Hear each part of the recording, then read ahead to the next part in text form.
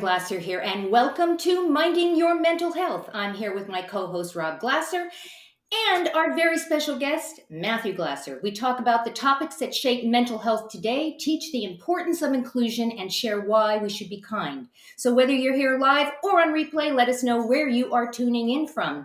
Today's topic is a lot of fun. We're talking about capturing memories, and we have a special guest, Matthew Glasser. So for those of you who are trying to figure out, gee, you guys all have the last same name, geez, that's because we're family.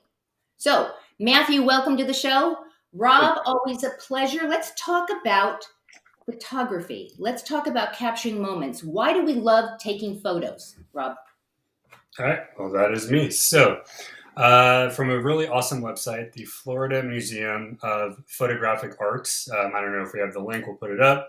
But not only is the article great, but they have a lot of their photos on display. One of their people wrote a very short read, so it's a very quick one. Why do we take pictures? Is it for the benefit of others? Do we shape perceptions of stories for ourselves? Or are we purposely showing others something about our lives? That's how they began. And pictures have a way of solidifying our personal experiences and stories from our point of view. They give us a platform for individual or unique perception. And no single story is the same. You can take the same exact photo and have a completely different story behind it, right?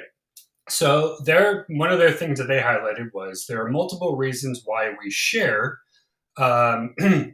ranging from staying connected to a large global world and to covering up uncertainty about a life event, a major shift, or just someone of influence. Doesn't really give you an exact reason why, but it seems to be that they're saying that the fun behind doing this is to really give yourself an outlet, and it's yourself, doesn't have to be for anybody else, Right. to share a fun moment in time. So that kind of begs the question, Matthew, you first of all, you're an amazing photographer. Why do you take pictures? Why do you do photographs? What is it with that? Yeah, I think for me it's two things. I think the act of photography allows me to get outside myself and focus on the object that I'm photographing. Um, like many people, I always are filling my head with thoughts at all times. When I have that camera and I'm focusing on a subject, it really forces me to be in the moment, be present with that subject. And so I like that. I like the ability to use that as a way to get outside myself and really recognize the world around me. I do a lot of nature, animals, landscapes. And so to really be able to get into the natural world and see it in a way that you often miss when you're just taking a hike or a walk. Photography really allows you to look at the world a little differently because if you're doing it right, you're always sort of looking for that shot that tells a story. And it makes you stop and it makes you think about whether or not this is something worthy of a photo. And what you can take away from that. So I think for me, it's the act of photography is very therapeutic. It's a way to a mental escape for me. And then the photos themselves, as Rob said, serve as a form of nostalgia and memory. I've thought about when you have a wonderful event or a wonderful incident in your life, what's more consequential in the long run, that actual event or the nostalgia and the memories around it? Right. I could have a great day at a theme park. It's a great day, but the memory of that great day will stay with me far longer than the day itself. And so I think photography is a way to extend that nostalgia and keep a reminder of those moments. I like that. Extend the nostalgia. I really like that. Now, for those of you who are wondering, Matthew is the managing editor of NBC's LX News. And I'm wondering, the fact that you do that and you've been in the news industry for a very long time, does that color how you decide what you're going to do and what pictures you're going to take, or do you do the complete opposite to get yourself away from the news? Yeah, I think some of both. I think good storytelling is good storytelling, whether it's a single photo, whether it's a video, whether it's an article. You're all about telling a story through images. Photography is a visual medium. Other people have other forms of other outlets. But at the end of the day, I sort of use that as my guide. In terms of my subject matter, though, I do try to avoid anything tied directly to the news. I get plenty of that on a day-to-day basis. I certainly don't need that in the rare times I'm off. That's why I think nature and animals and landscape tend to be a great, because it's something so different than from what I normally do. I find it pretty therapeutic to be out there. And so I know, Rob, you take pictures, I think, sometimes on your iPhone, right? I think a lot of us use our phones these days to take pictures. And then I think old school, and maybe it's not just old school. I think there may be a return back to using your real cameras, right? Do you think that there is and this is to both of you guys, do you think that there is um, a desire to have people not use their cameras and to just use their phones to be in the moment because we live in that reality world? What do you think? I mean, Rob, what do you think? Do you have your phone with you all the time? Do you just take pictures, or that's not your thing? It's definitely easier to have it on your phone because it's a one click and you're done. Um, I don't necessarily go for any specific looks, so I just take the picture. But I would say probably ease of use, which is what most of us want. You want it quick and easy, done, move on to your next, thing. Are the phones as Matthew? Are the iPhone? Because I know they have like 3 cameras in it now, or something like that. Are they as good as a camera, or no? Not possibly. Yeah, look, I think first of all, I once asked when I was younger, a professor, what's the best camera that I should get, and his response was the one that's with you. Mm. Um, and I think that's really true for most people. Is if you have your phone in your pocket, then that's the best camera for you at the time that you want to take that picture. And these modern cameras are incredible. I mean, they take amazing pictures. The iPhones now have a macro in addition to the 3 lenses. So you can get close-up shots of plants, of insects. I Right. once got an amazing shot of a drop of water coming off of a leaf using the iPhone macro. So I think it's a great device, and it's the thing that most people have with them, and it's the thing that they should feel comfortable using. If you want to take it to the next level, there's plenty of ways to do that. But by no means do you need to have an expensive camera setup to be able to enjoy photography. And I think that's great. And I think it's brought that medium to the general public that can't afford to have the Canons and all those different cameras out there. Krista, again, it's a family affair today. So Krista says photography is therapeutic for her, and it helps me remember, considering her memory is terrible. And also, she also said it's certainly more convenient, but it does have its limitations. And I think we all agree on that. If you are tuning in live right now and you have comments about taking photographs, whether it's on your phone or whether it's using a traditional camera, let us know what you think about all of this. Rob, we talk about how sharing memories is good for the soul, appreciation and gratitude. What does that mean? Um, well, actually, if you want to throw up the pictures, I think it might be a good visual I aid can to do that. explain while we show, maybe. Let me show up the picture. So here we go. All right, so so how is it good? So this particular one is when she was actually on the newspaper, so she happened to be in El Centro. Rob, Oh, I'm sorry, my wife, Krista. Hello, you're watching. She was in El Centro covering a news story and said, I have a good shot, I'm taking it because I want one for me. And that's what she did. She got the shot. So that's one reason behind it. It's the moment you're in there. Why not just take it? This one, I believe, is her Santa Barbara. Gorgeous. Gorgeous. Yeah, I believe it looks like the pier up there.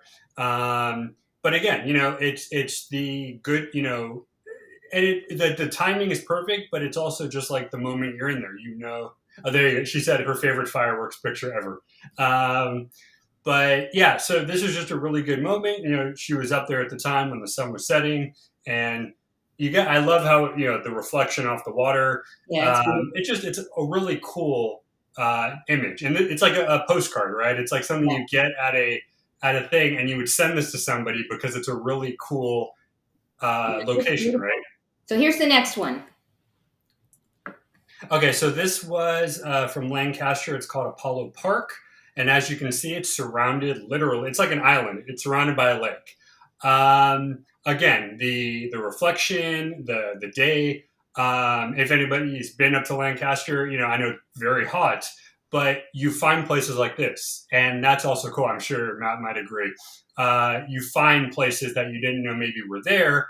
and you happen to be there, you come across it, and you have no other thought than, oh, let me take a minute to take a picture, Right. because you might not visit it again. And, it's a spur of the moment, but it's a, Being in the moment. it's a reflect, a memory. So the next photo.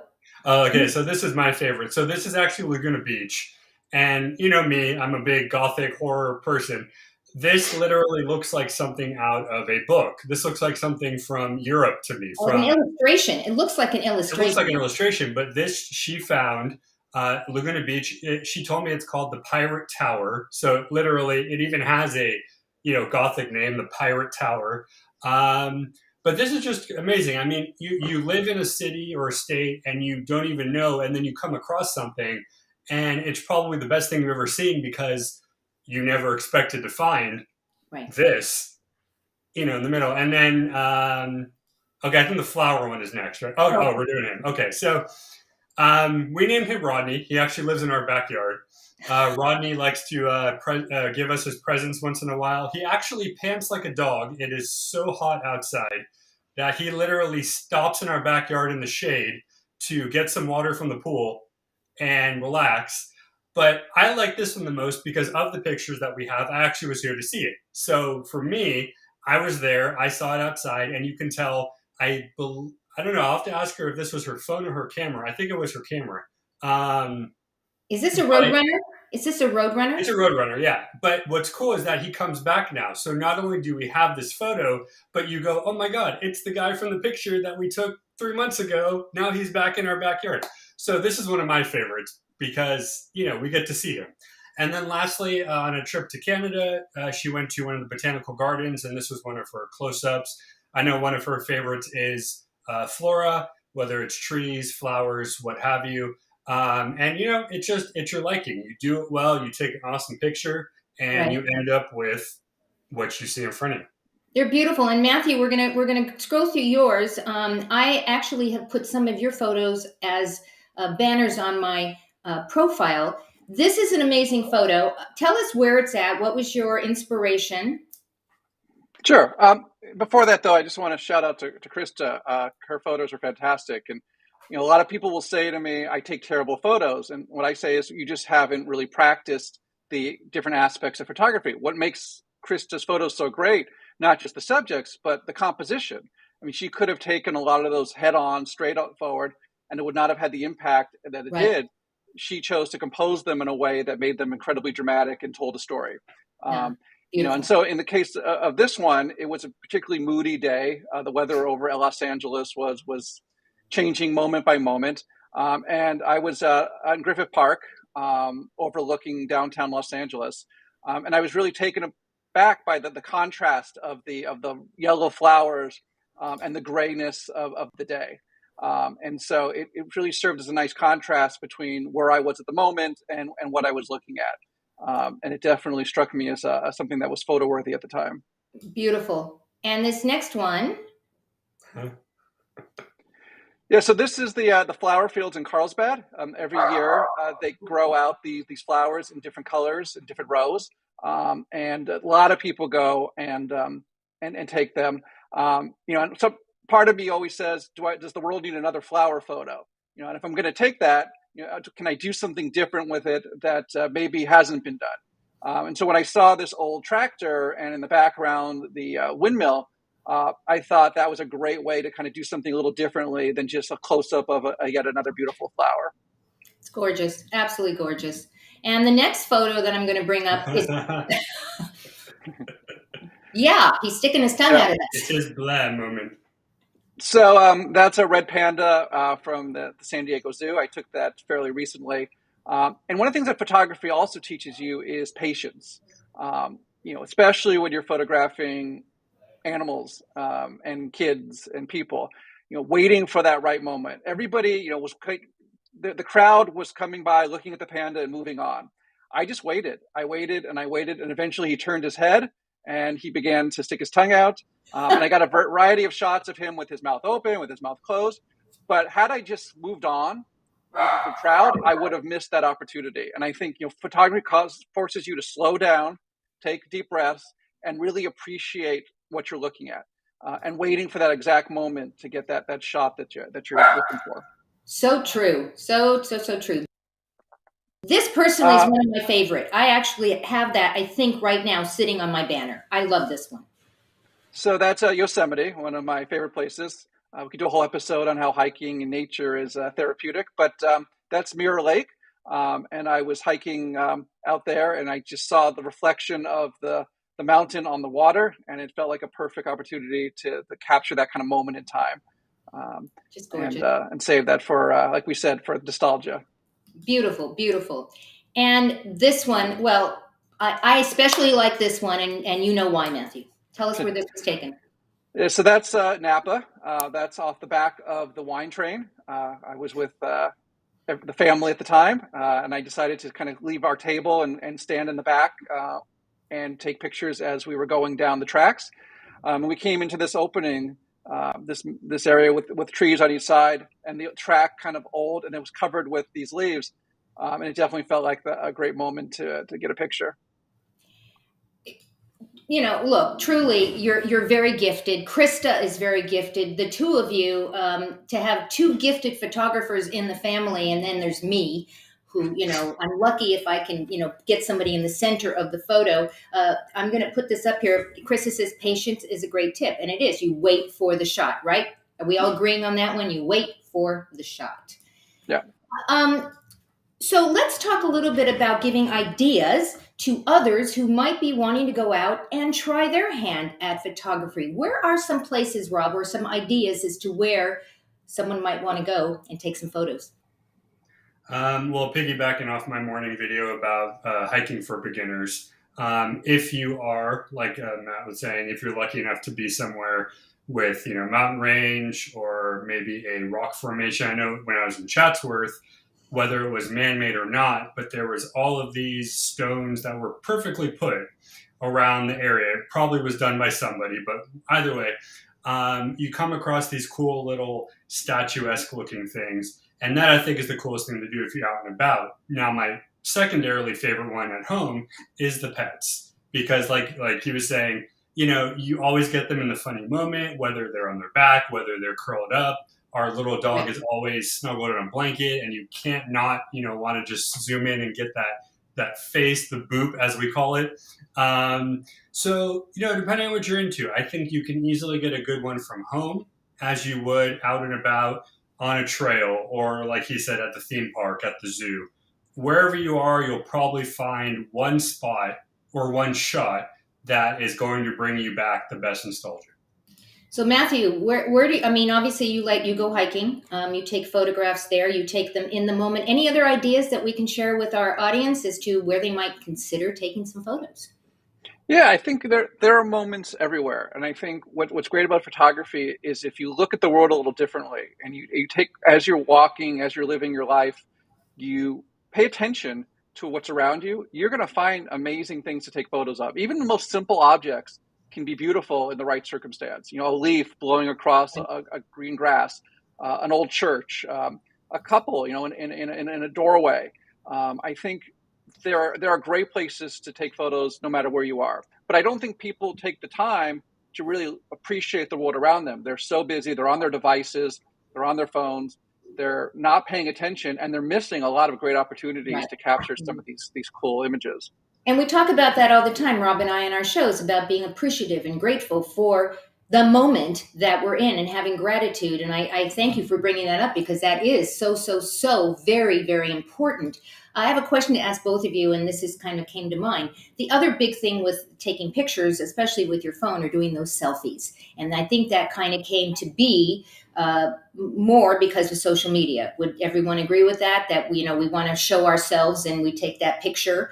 We now can do that. We can take a photo, take our phone, turn it around, and take a photo ourselves. We couldn't do that with our cameras. We'd have to set it on a tripod, put it on a timer, and then go run really, really fast to everybody who's standing there, and then go.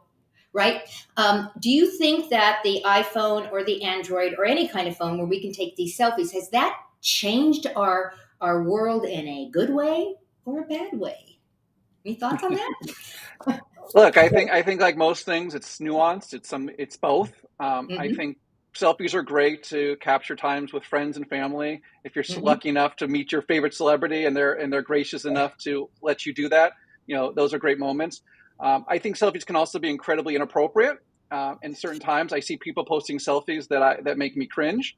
Mhm. It's doing a selfie and while people are suffering behind you.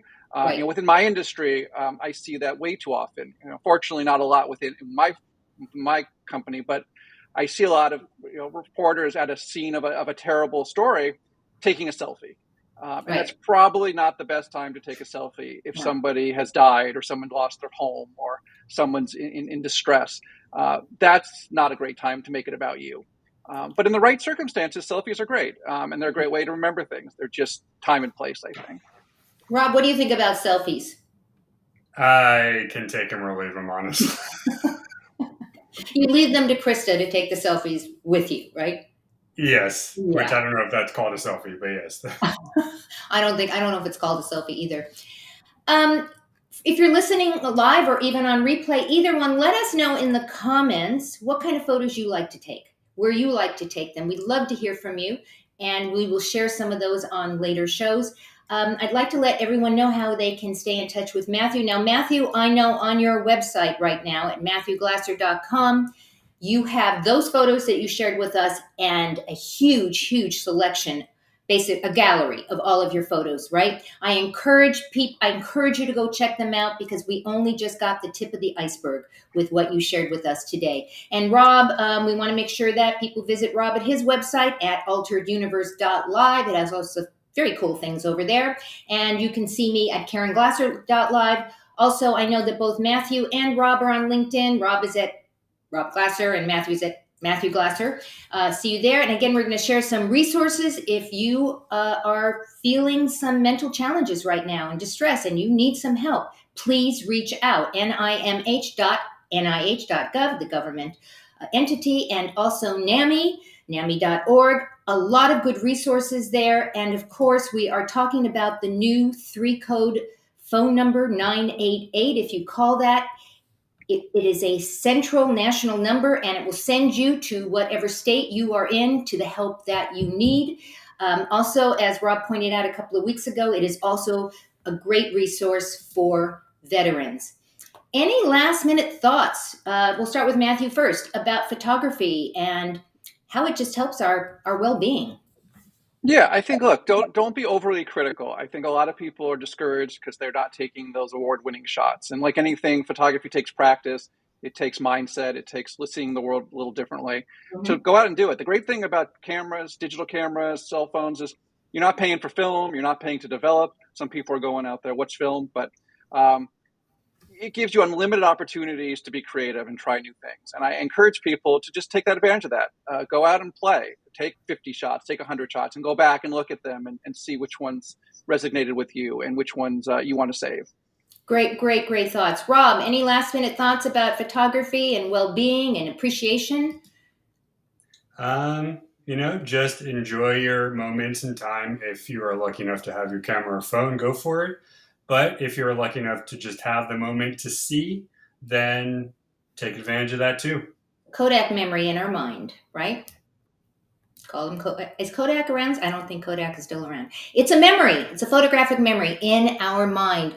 We want to thank our audience for being here. Whether it's live or replay, you are making a choice as to where you spend your time. You chose to spend it with Matthew, Rob, and I today. We are grateful for that. Go out, give somebody an awesome day, and we'll see you next time on the next Minding Your Mental Health. Goodbye, everyone.